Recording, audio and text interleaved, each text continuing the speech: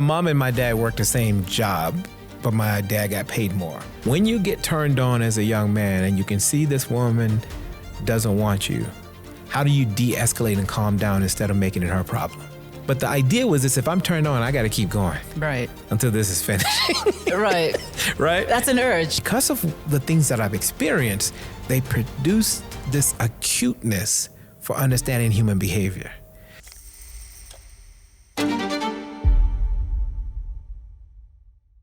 Timothy, thank you so much for making the time. I know you're not taking interviews. I really appreciate your time and attention. I've known you or known of you long time during the Star newspaper when we used to buy it every Wednesday and you had a feature on that article and I enjoyed them very much. As somebody that was really wanting to pave a path in my career and ascend, they were really insightful. And your positioning around that time was around brand positioning. And personal branding. I bought another book called Thinking About You, titled Thinking About You. It's one of my favorites. I was one of the first people that bought it. So I've been following you closely. There was a time we would meet at events endless times. Time at Destiny. You were an event hopper. I was. Yeah, because I think I saw you at every event. Absolutely. Yeah, but you've actually become more attractive since then. Well, thank you. No, you always... Like fine wine. You were always attractive, but you've gone to another level. Thank you. I appreciate that feedback. What have you been doing, actually? Taking better care of myself. Have you? Simple as that. I quit drinking. Oh, you quit drinking. I work out a lot more than I have. It's just being deliberate about my life decisions and choices. Okay. And life does begin at 40, so in 2 weeks' time I'll be 40. I'm excited about that. Oh, wow. Are you really? Yeah. Amazing. Okay. Well, thanks for the feedback. Yes. Appreciate it. Lovely.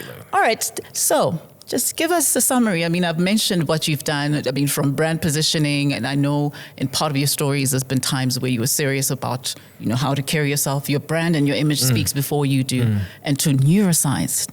So give us a brief breakdown about that transition, personal background. Hi, everyone. I hope you're enjoying the conversation so far.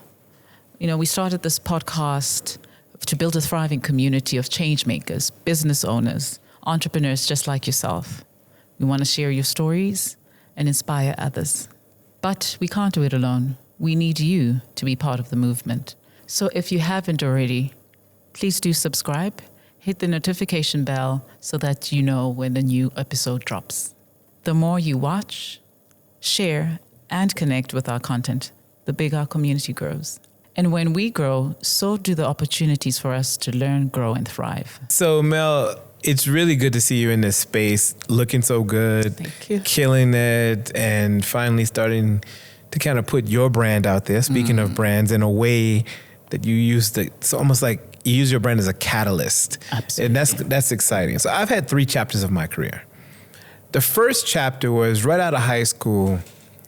I got a chance I stumbled into this position, almost like an internship while I was studying, where I was working with this guy who was designing clothes and doing image consulting for pastors, professional athletes, and senior executives. So people like T.D. Jakes, New York Yankees, and executives like with American Express.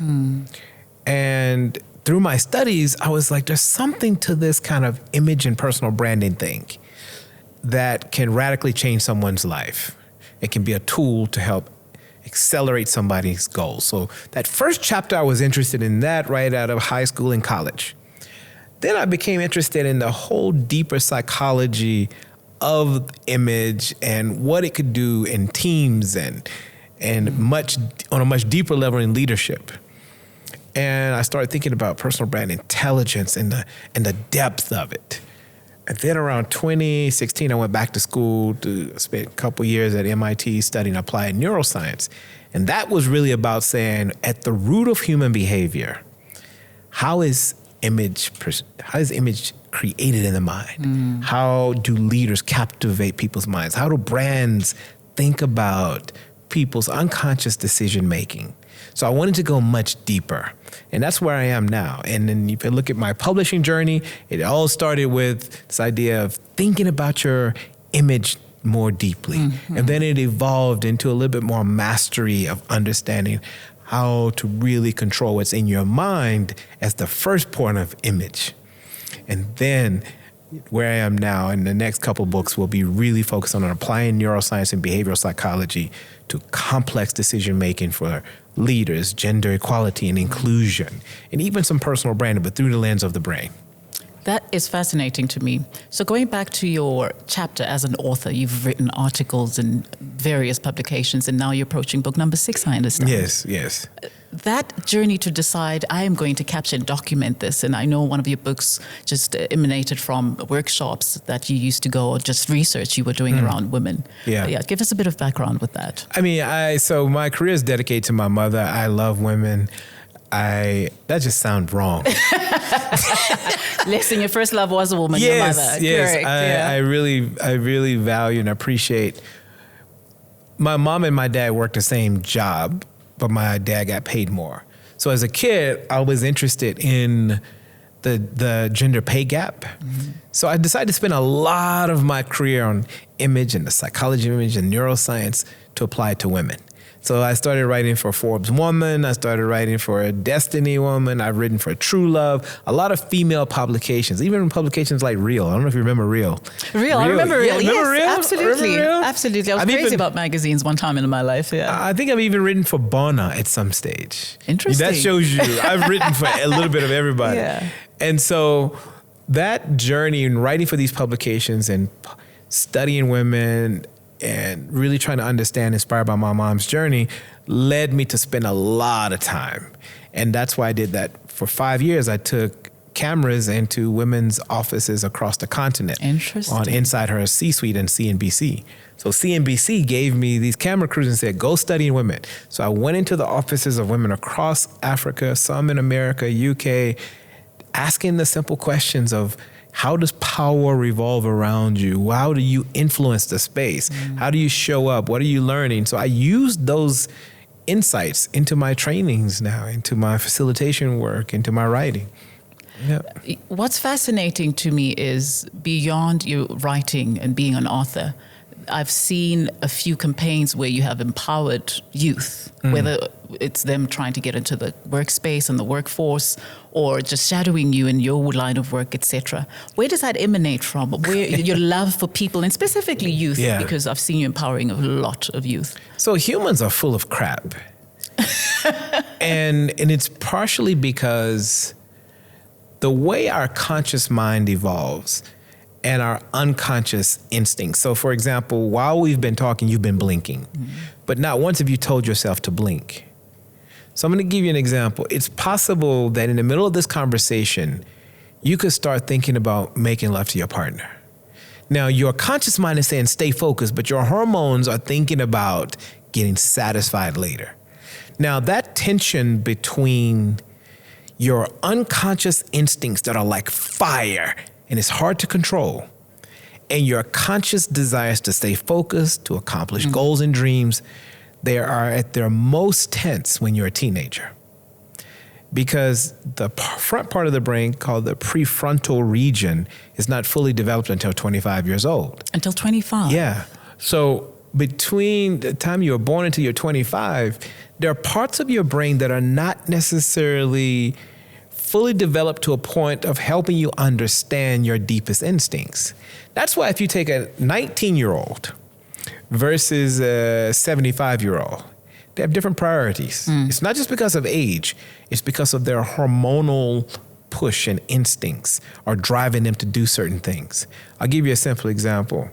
If a woman is breastfeeding, you can't breastfeed when you are 8 years old because the hormones that produce the milk, the fat and cellular transmission is not happening. You're not in your fertility window.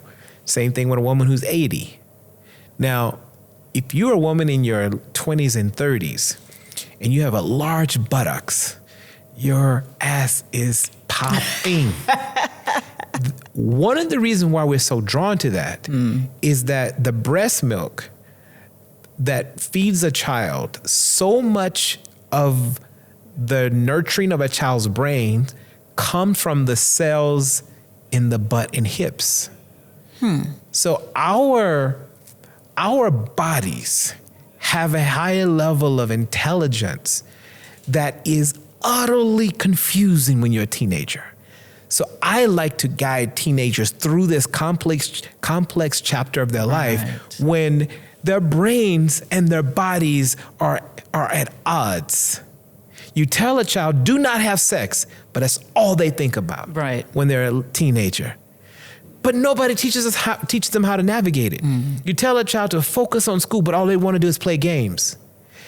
Why are we not being brutally honest with a child about what's really happening inside of them to give them a level of mastery and control? So I'm really passionate about that.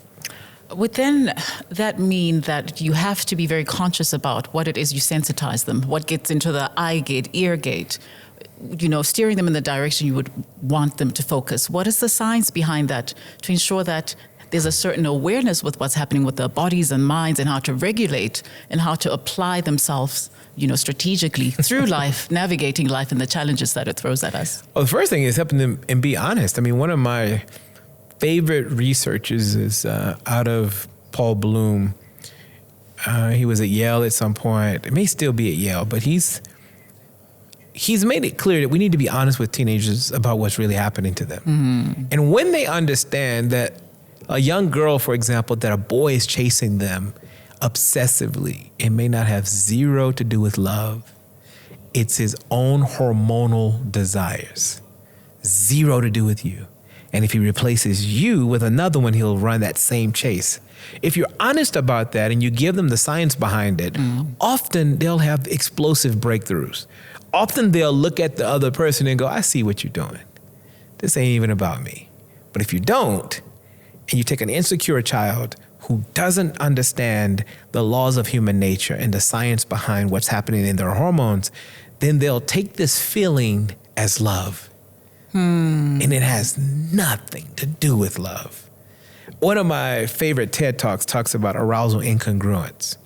And arousal incongruence is when you find yourself turned on by a touch or a breeze or something that happened.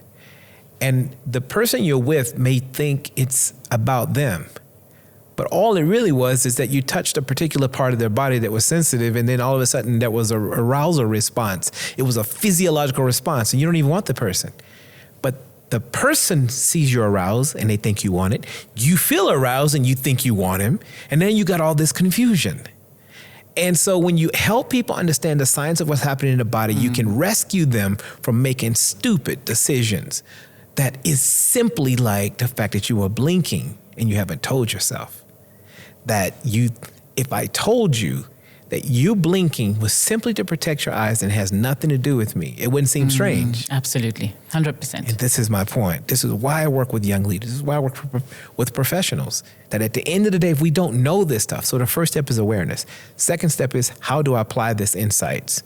How do I show you that in the middle of a moment where you are, one of the things I want to do with young boys is what I call de-escalating erections. When you get turned on as a young man and you can see this woman doesn't want you, how do you de-escalate and calm down instead of making it her problem? It's something I'm really passionate about, because ultimately the sign has been, and men are going to hate on me for this, but the idea was this: if I'm turned on, I got to keep going. Right. Until this is finished. Right. Right? That's an urge. It's an urge. Almost uncontrollable. Yes, it's almost uncontrollable. Yeah. But the question becomes, if we want men to be more responsible, if we want young boys to grow into men, we got to show them how to de-escalate and bring it down when she is not ready or just simply doesn't want you. Tim, do you think it's something that ought to be taught in the school's curriculum? Because, I think people are a little receptive. At least if it's built and you grow and it's engraved in your psyche. I mean, there's life sciences, but it's also very gray and linear, and people regard these topics as taboo. Yeah, well, if you don't want to teach it, then stop telling young boys to do stuff that they don't understand. If you want to be serious about it, respect the mind of a child and teach them about the root of these urges. Because when you educate a young person about what they're doing instead of just preaching to them, you're respecting their minds. And what I've seen over the years is that these kids are tired of being disrespected. you're going to tell me not to do this when you were doing it? You looking at your mother like, you got 3 kids by 3 baby daddies before you were 25, and you're going to tell me not to go out there and do anything? Right. Respect me, please. You were doing it. Why am I not supposed to do it? So it is a huge conversation of, and yes, I know it's conflicting sometimes with religion, but religion has to look in the mirror and have a brutal conversation with itself about its own hypocrisies, about its own inadequacies, about its own tension with truth. Because at the end of the day, Mel, let me tell you, I ain't gonna lie to you, I'm tired of people preaching without authenticity, without a level of conviction that's based on humility and honesty. It's like, the best thing you can do when you're trying to get a message across to anybody is to be honest, because you can't lie to the human spirit. You can for a little while, but eventually people are going to see through you and go, this person is. I mean, how long have you been following my work? The reason why you would want to have a conversation with me is because you've seen the consistency. 100%. I'm not perfect. I've made a lot of mistakes, but at the end of the day, I'm just trying to find the truth in all of this. This is why I want to understand the brain. It's why I want to understand what's driving our whole entire personal ecosystem, is that I'm honest about that, you know? So, yeah, I mean, at the end of the day, the first thing is, number one, you got to make a child aware, or even a young leader. The second thing is you got to have a conviction about how to apply these lessons. So if I want to teach a young man how to de-escalate an erection, the first thing you got to do, you got to teach him a breathing exercise. Well, the first thing is to let them know that erection doesn't necessarily equate to your right or privilege or an entitlement. Absolutely, 100%. And after that, then you teach them how to then go through, and that it does not mean you're less of a man. That's the biggest issue. Yo, I could tell you a story that would blow your mind. Go ahead, I'm all ears. No, you're not ready. I don't think anybody's ready for this. Try me. I was in a hotel room with a former Miss South Africa. We were messing around, heated, flinging all over the bed, going down, all of that. I whip out a condom. As I'm about to insert, she bites me and says, no. I said no. Now, any really honest guy will tell you, if you're a decent man, when a woman says no, you come alert and you respond to that and you check in.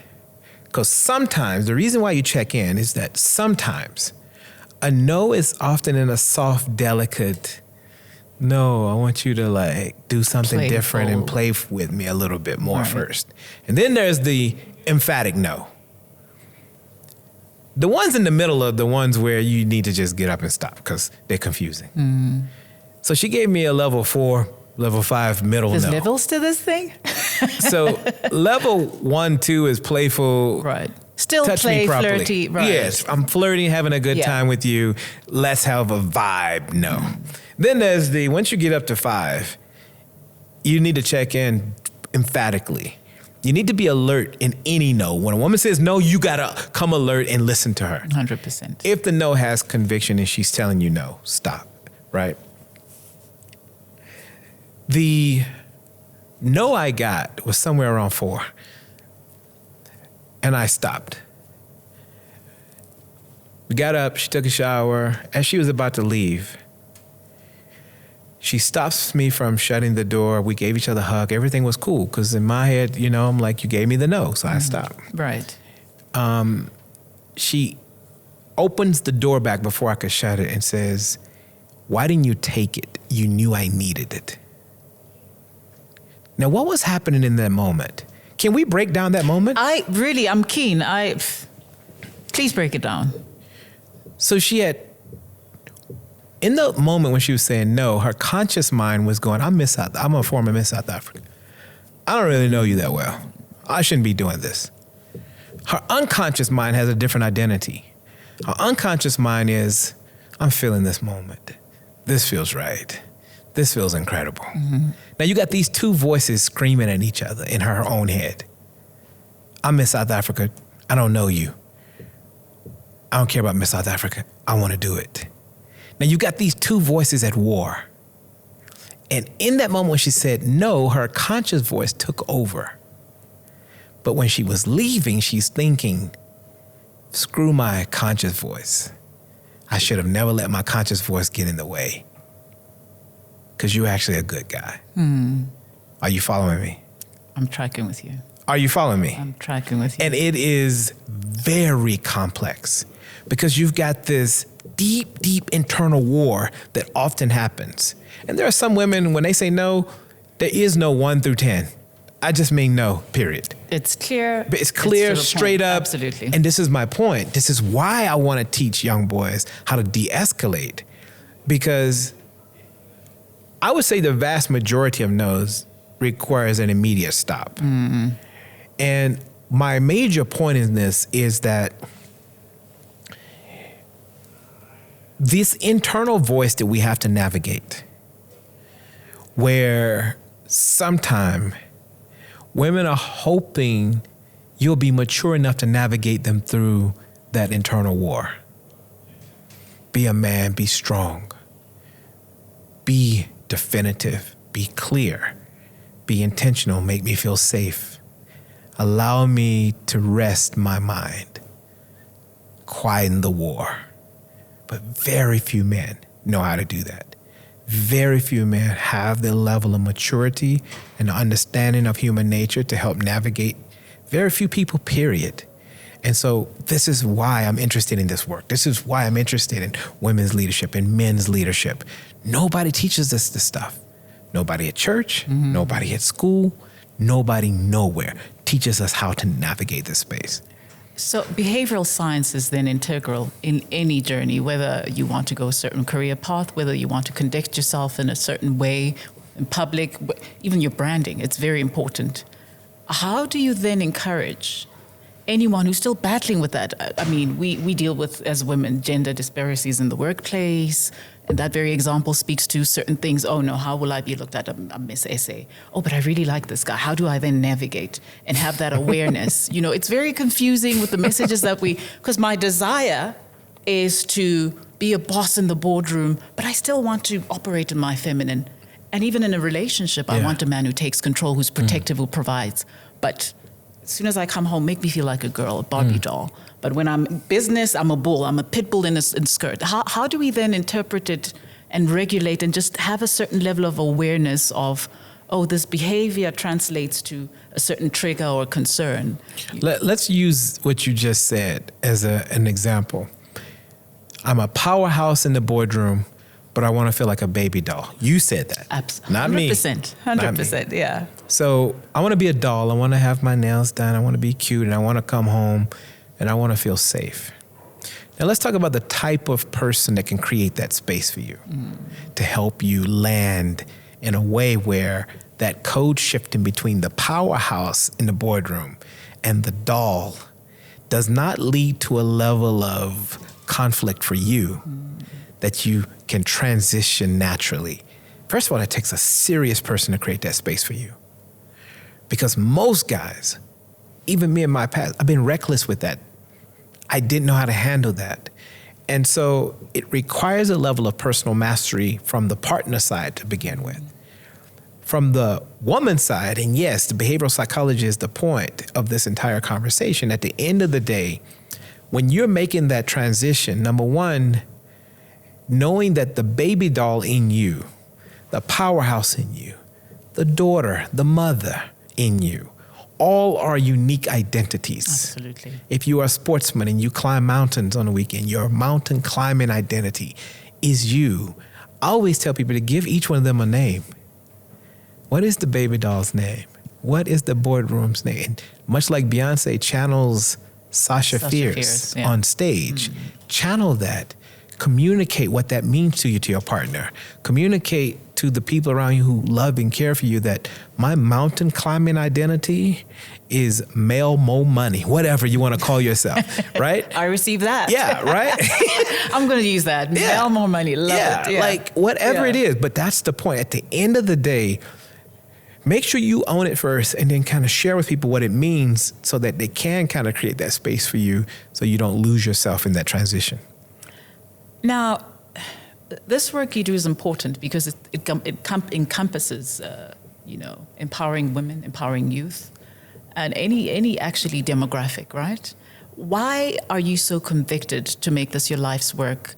And how did you navigate from your past through all you have done through your career path and now deciding with conviction, I am going to help empower this group of people for this reason, and even beyond, in the workplace or in business or career, just ensuring that they're emotionally sound and can carry themselves and understand the different, ebbs and flows of the life's journey? The book, The Purpose-Driven Life, right?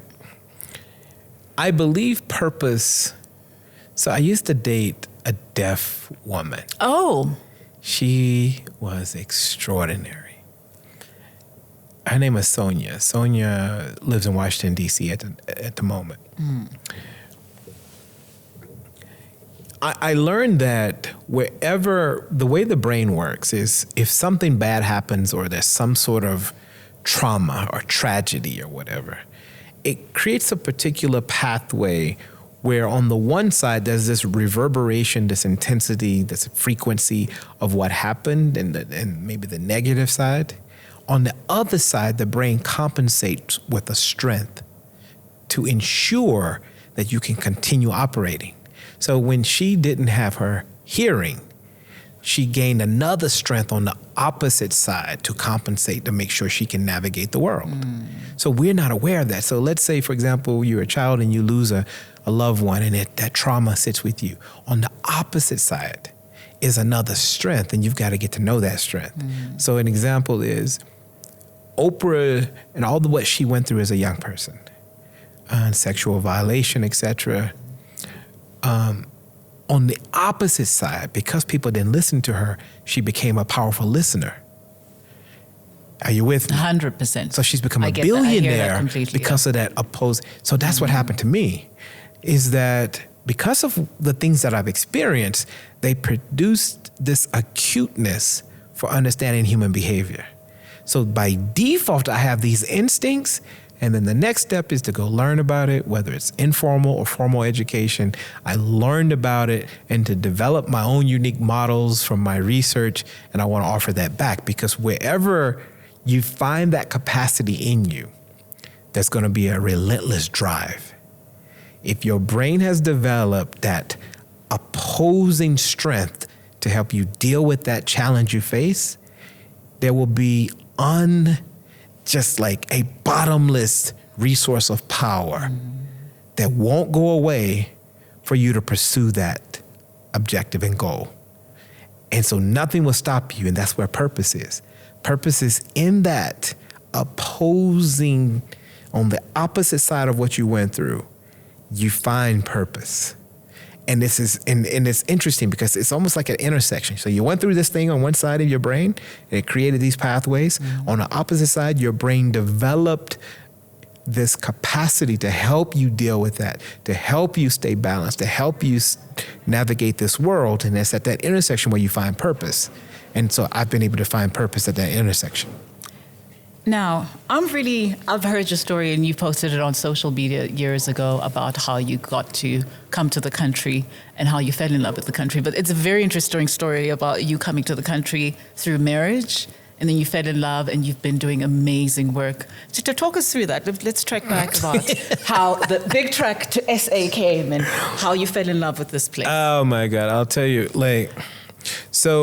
I met this wonderful young woman, which a lot of people are not aware of. She comes from 3 royal families: Swazi, Xhosa, and Zulu. Mm-hmm. And it's a very multi-tiered story. But it is essentially, she and I, because she's come from this royalty, there were 3 phases for us to get to a point where we actually signed to get formally married. Right. So we only went through 2, because the king, Swazi king, when he came out of seclusion, when we were going to go through that final phase, we had split before then. And so we just kind of grew into friends. So we went through the two, and I kind of consider myself married, but we, because we hadn't gone through that final phase, we never had to go through a divorce. But what's special about that experience is that it introduced me to the complexity of this country, of this region of the world. The fact that, when you think about Lobola, when you think about bringing families together, it's a very different construct than it is in America. So when you pay Lobola, you're not buying a woman. You are essentially offering up this symbol to bind families forever, which is why in some cultures you're not supposed to ever pay it off, right? There's this sense that you will always be owing us. And that's extraordinary. That's something that's empowered me and allowed me to fall in love with this country because it helped make me a better person. Like I evolved. I even went through a traditional ceremony where I joined a regiment, and it was not some tourist attraction. And that's where I got this name because I was struggling with some of the language. I was struggling with some of the tasks, but at the end they gave me this name, Gagnani Gagnani. Yes, because by little, because I told them in the middle of the crawl, I'm learning slowly but surely, little by little, and that's when they gave me the name. Lovely. Yeah. It's incredible to me because it speaks or tracks back to behavioral sciences. Your story is fascinating to me because it just speaks to, you didn't know when you came into the country that you would do the work that you're doing, fell in love, and it has, convicted you to move beyond just branding and go to neuroscience. And you have had the #1 ranking podcast in the social sciences. Social sciences? Yeah. Social studies. Yeah, the way social sciences, the way podcasts works, you get weekly reports. So I'm often #1. Sometimes I fall down depending on the episode. Here's what I found, and this may be helpful to you. Your favorite conversations may not trend very well.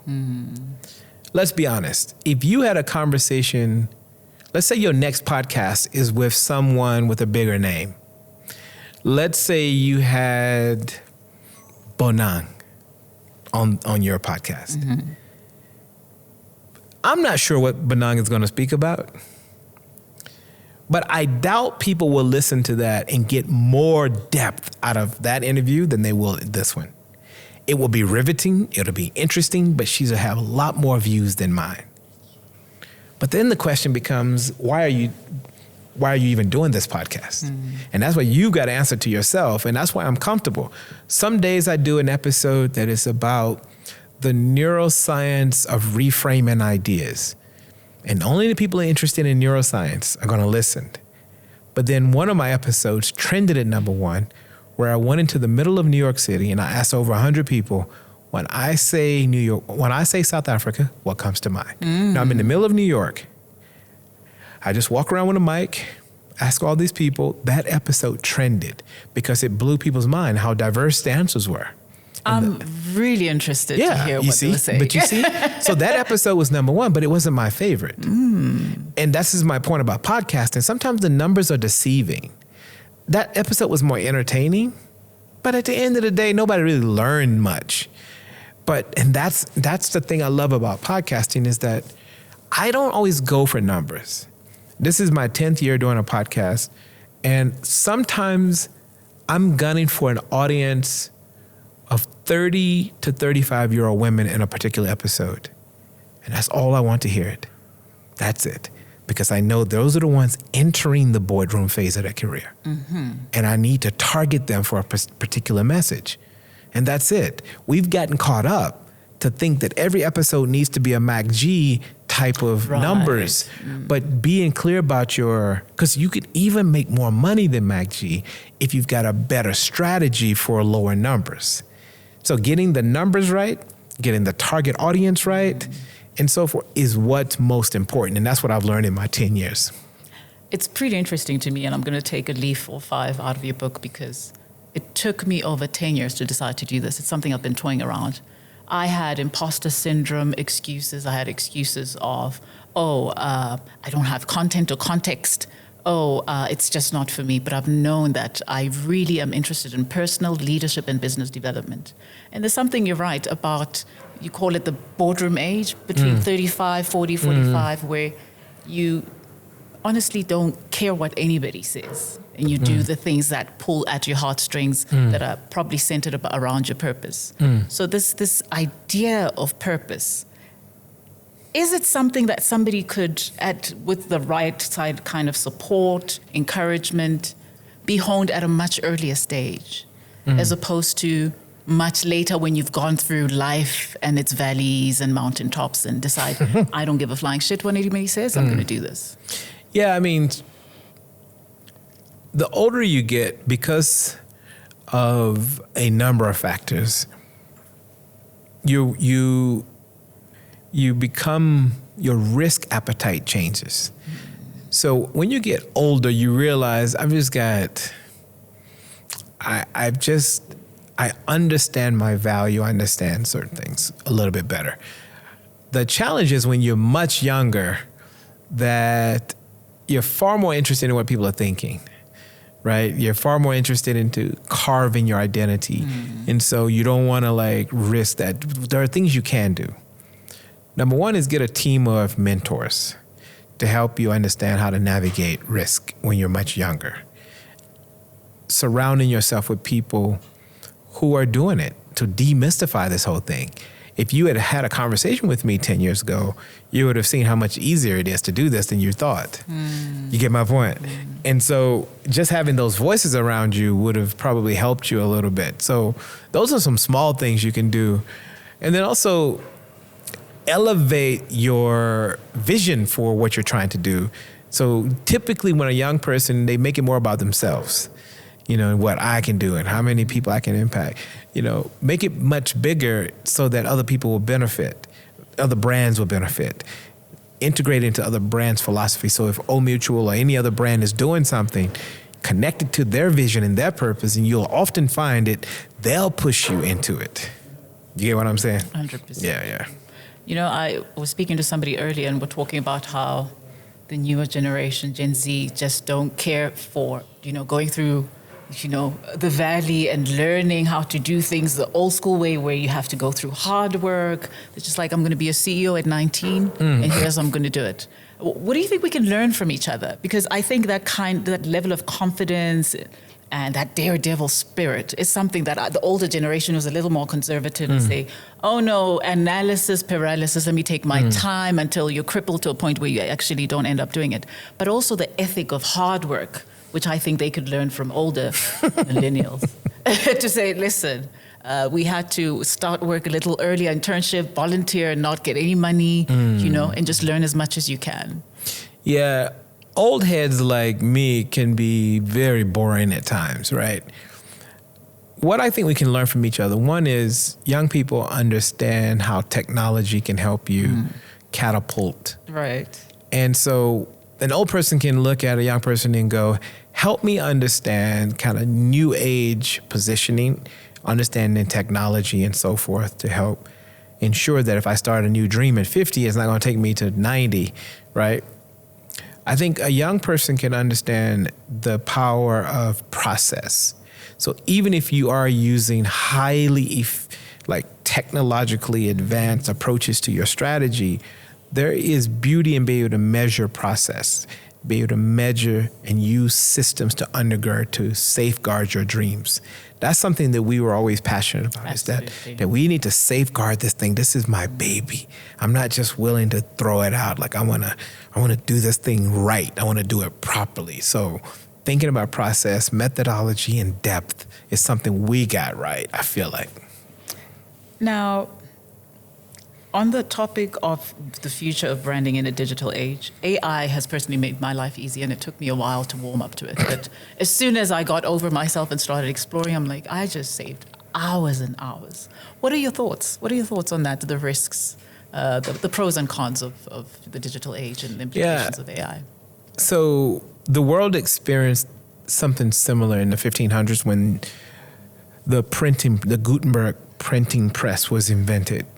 It basically, what that did was, it was the birth of personal branding. When the Gutenberg printing press, you could print knowledge and share it with someone. Only the aristocratic, the wealthy, the royalty got a chance to experience knowledge in the past at a high level. And then when the Gutenberg press came about, it helped usher in the average ordinary individual could get access to a book, to paper, and read. So that's what's happening now. We're experiencing another moment in history where the average person can accelerate, can shift things with a blink, with a press of a button, or to engage an app. And so what I think is happening is the ability for us to create identities that are not organic is what this moment is about.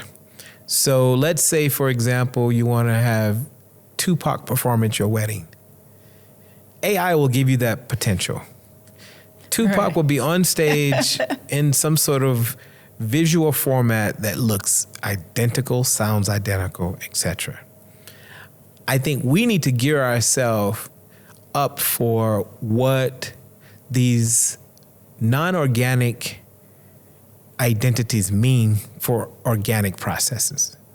So if you're in the workplace and you're able to create a fake assistant to do what an organic assistant would normally do, where is it when you lose that human touch and that can impact a business, and where could it accelerate the business? That's what we're facing. We're facing there are trade-offs. For example, if you have an automated door at a hotel versus a doorman, the doorman offers value such as warmth of smile. Absolutely. The doorman offers value such as recommendations, helping you understand that maybe Tutsis or criminals around the corner at a certain time. The automatic door can't tell you that. And so there is going to be a margin with what AI cannot do and what it can do. And being comfortable with both and that in that middle space where you need translation, where you need human touch is going to be interesting. And we haven't figured that out yet. We're still figuring it out. And I can tell you, I had a friend of mine who sent me a book that was completely on like one of these chat GPTs, because I could see that her references didn't line up because they haven't figured that out on AI yet, how to get the references right. Right. So I keep seeing all these people who are now trying to publish books, they're going to get caught out.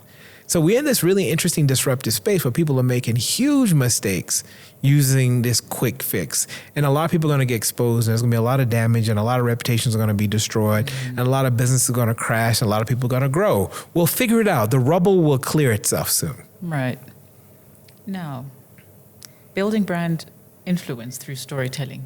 I always tell people, especially when you're building a business and you're starting with your corporate identity, that's your first story, right?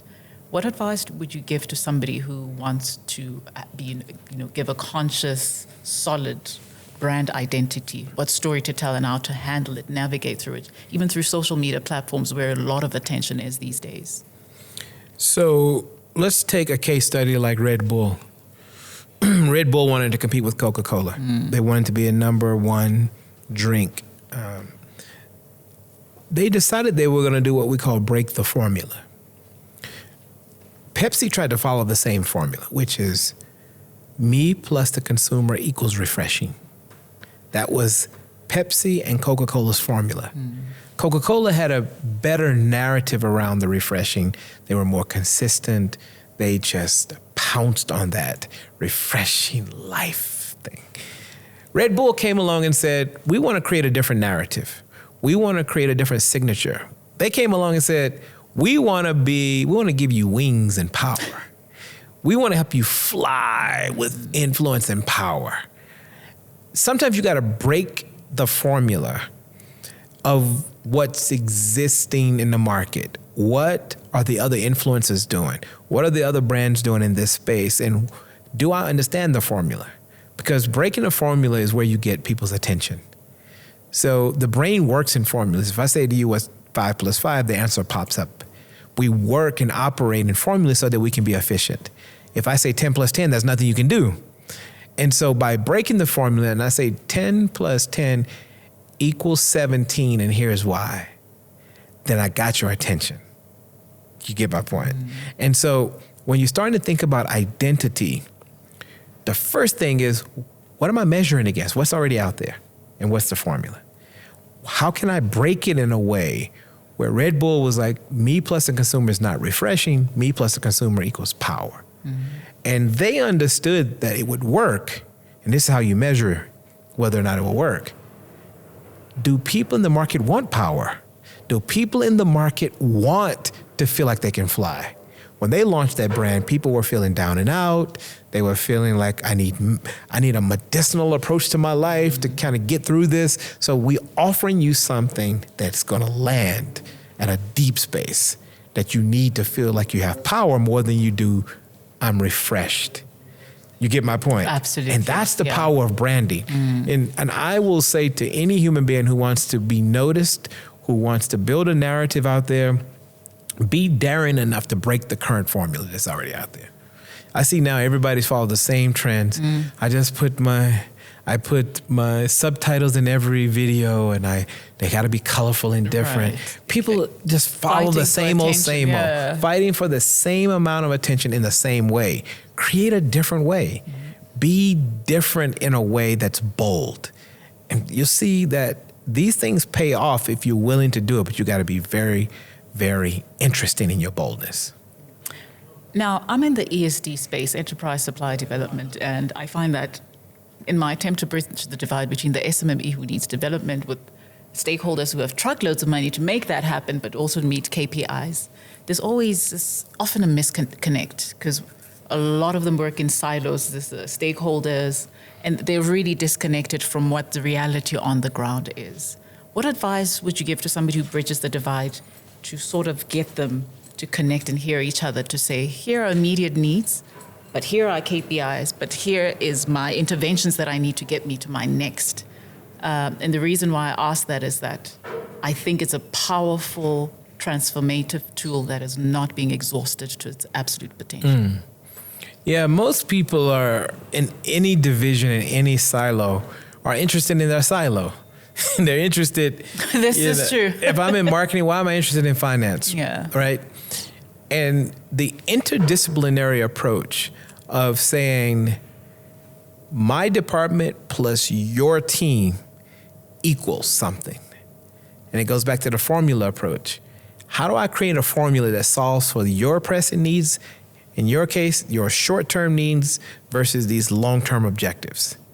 I've got these short-term goals I need to meet, but I know these guys got a long-term agenda.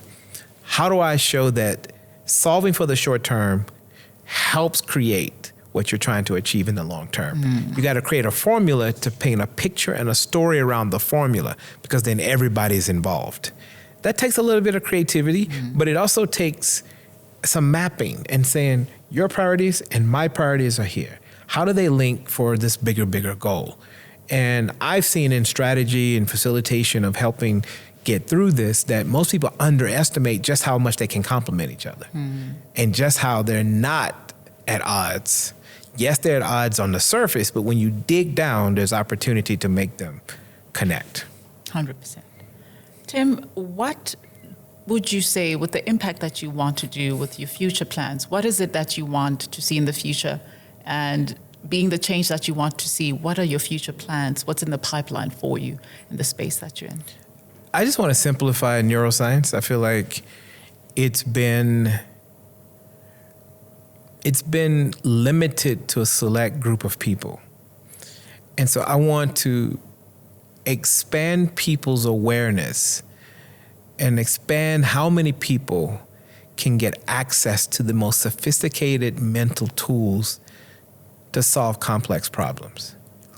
But also give people who have experienced trauma tools to kind of liberate themselves, or people who come from a background of trauma to help liberate themselves from that intergenerational trauma, those curses that we talk about, those generational curses. I want to give people access to the most brilliant research and insights, whether I'm producing the research or whether I'm interviewing people producing the research. one of my biggest missions is to be the most sought after go-to voice for simplifying the most complex stuff so that the masses, the people on the ground, can get it in a way that they go, oh, snap, that's why I'm doing this. I just got this tattoo on my forehead or my head and my face. This is why I did that. It's not why I thought I did it. This is why I did it and what it really means. And in doing so, I hope that people will be a lot more kind to each other and go, oh, that's why my sister went down that journey. That's why my father walked away. I never thought of it that way. So I can release that guilt. It wasn't actually me why that man cheated or that woman cheated on me. This was much deeper and I never thought of it. And now I'm walking around with guilt. Let me get rid of that. And that's beautiful because for me, even with trauma counseling, you always hear of expectations not met or holding, whether it's your romantic partner or parents, to a certain ideal. And if it's not met, then you start, categorizing in a certain box as opposed to say, I was just a part of the experience, also human. Perhaps let me have that awareness. Yes. That's brilliant. And in closing, what, if anything at all, do you want your biggest takeaway? If somebody's watching at home, what is your call to action? Somebody who's an audience to this podcast, if they hear nothing else. Go to the mirror and admit you're full of shit. And that in the middle of you thinking about your boardroom mastery, but at the same time you have feelings that you don't understand, you have longings for somebody that's not your partner, to be kind to yourself in the middle of that internal war. Because the more honest with yourself you are. And this is why even the Bible calls out people who try to convert people but haven't dealt with their own stuff as proselytizers. And a proselytizer is double the hypocrite. And our biggest challenge is that we are compounded hypocrites trying to convert people. And by going to the mirror and looking in the mirror and being brutally honest with yourself about how full of shit you are, it's a good starting point about how complex the mind is. That all of this stuff can be happening because we are wired with a primitive nature, with a higher evolved nature, and you can better reconcile those two natures when you're honest with yourself and you're more humble. Tim, thank you for your time. Thank you for your contribution and insights. Good luck with this platform. Thank you. If it blows up, I'm going to be like, I was there in the beginning. Right. And I really appreciate you being one of my first guests. And thank you for the impact that you give to the world. Keep shining. You're looking wonderful, and it's been a blessing. Thank you. Thank you.